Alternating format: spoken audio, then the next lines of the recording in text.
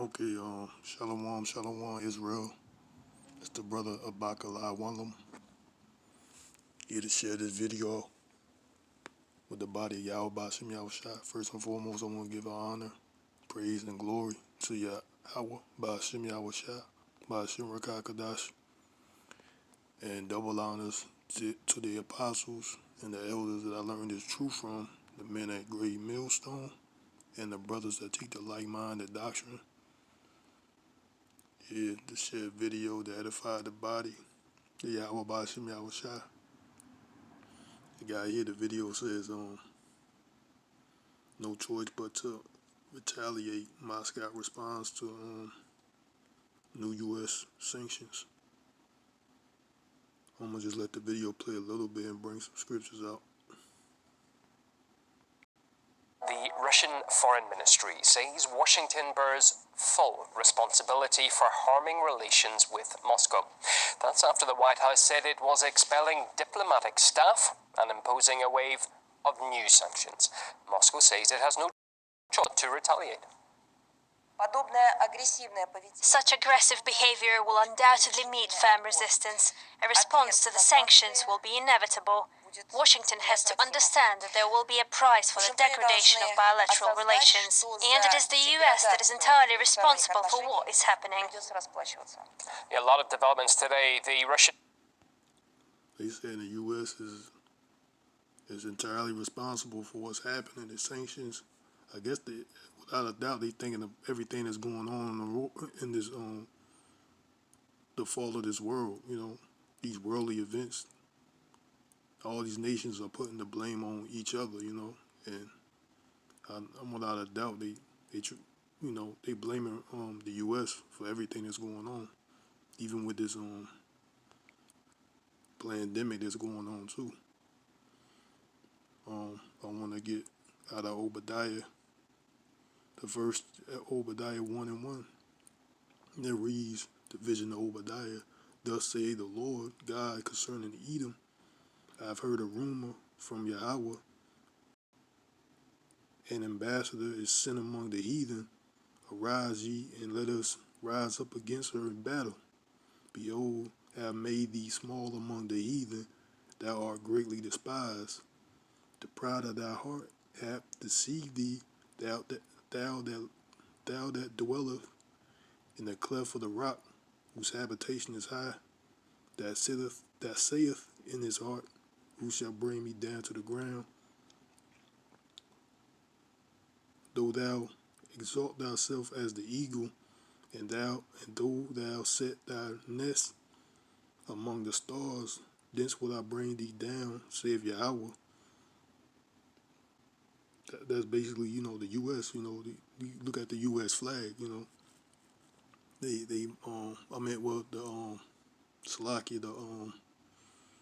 the mascot of the U.S. is the eagle, and I'm going to jump to verse 6. It says, how are the things of Esau searched out? How are his hidden things sought up? All the men of thy confederacy have brought thee even to the border.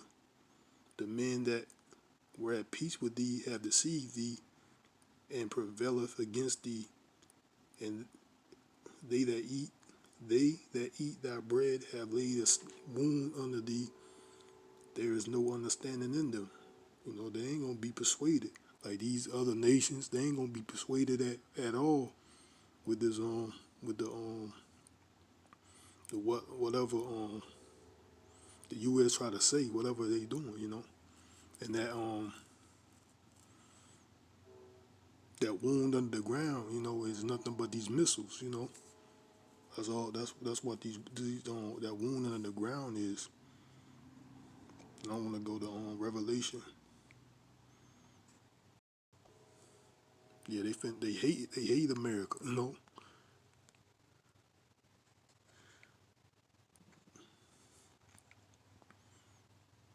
That's Revelation 17 and 16.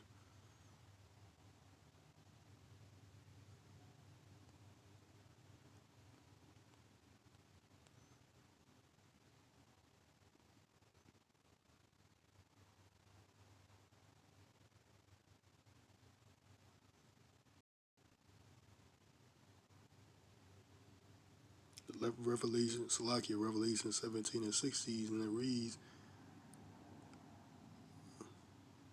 or I can start at 15, and he saith unto me, the waters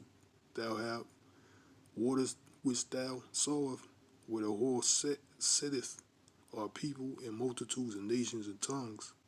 And the 10 horns which thou sawest upon the beast, these shall hate the whore, and shall make her desolate and naked, and shall eat her flesh and burn her with fire. You know that's what they're gonna do to America, man. This place is gonna be set on fire. Things are just uh, day by day. Things are escalating in war talk, you know. And upon her head was the name written, Mystery Babylon, the Great, the mother of harlots, an abomination of the earth. And that's here in this country here, America. You know, it's the abomination of earth. You know, Lady Liberty. You know, Mystery Babylon, the mother of harlots. You know, I just want to bring that out to share with the Akion. Probably a little bit more of this video play. The Foreign Ministry then summoned the US ambassador in Moscow for talks. He was told Washington's sanctions will be met like for like, and was warned any attempts to discourage that would be totally inappropriate. Earlier, my colleagues Andrew Farmer and Jacqueline Vuga talked through all that's been going on. As the Russian reaction makes clear, this latest move from the U.S. represents a sharp hit to relations between the two countries, and the measures being announced are quite extensive. They came in the form of a 5-page executive order, so what's in it? Let's take a look. Now, 10 personnel from the Russian diplomatic mission in Washington, D.C. are to be expelled, and the Biden administration said that that includes representatives of Russian intelligence services, but giving no details as to what exactly that means. 32 entities and individuals were sanctioned for, quote, carrying out Russian government-directed attempts to influence the 2020 U.S. presidential election. It comes as no surprise that that was also within the document. And apart from that, the U.S. Treasury will also be targeting a number of Russian financial institutes, and 6 Russian technology companies have been designated, saying that they provided support to Russian intelligence services, allegedly facilitating malicious cyber attacks.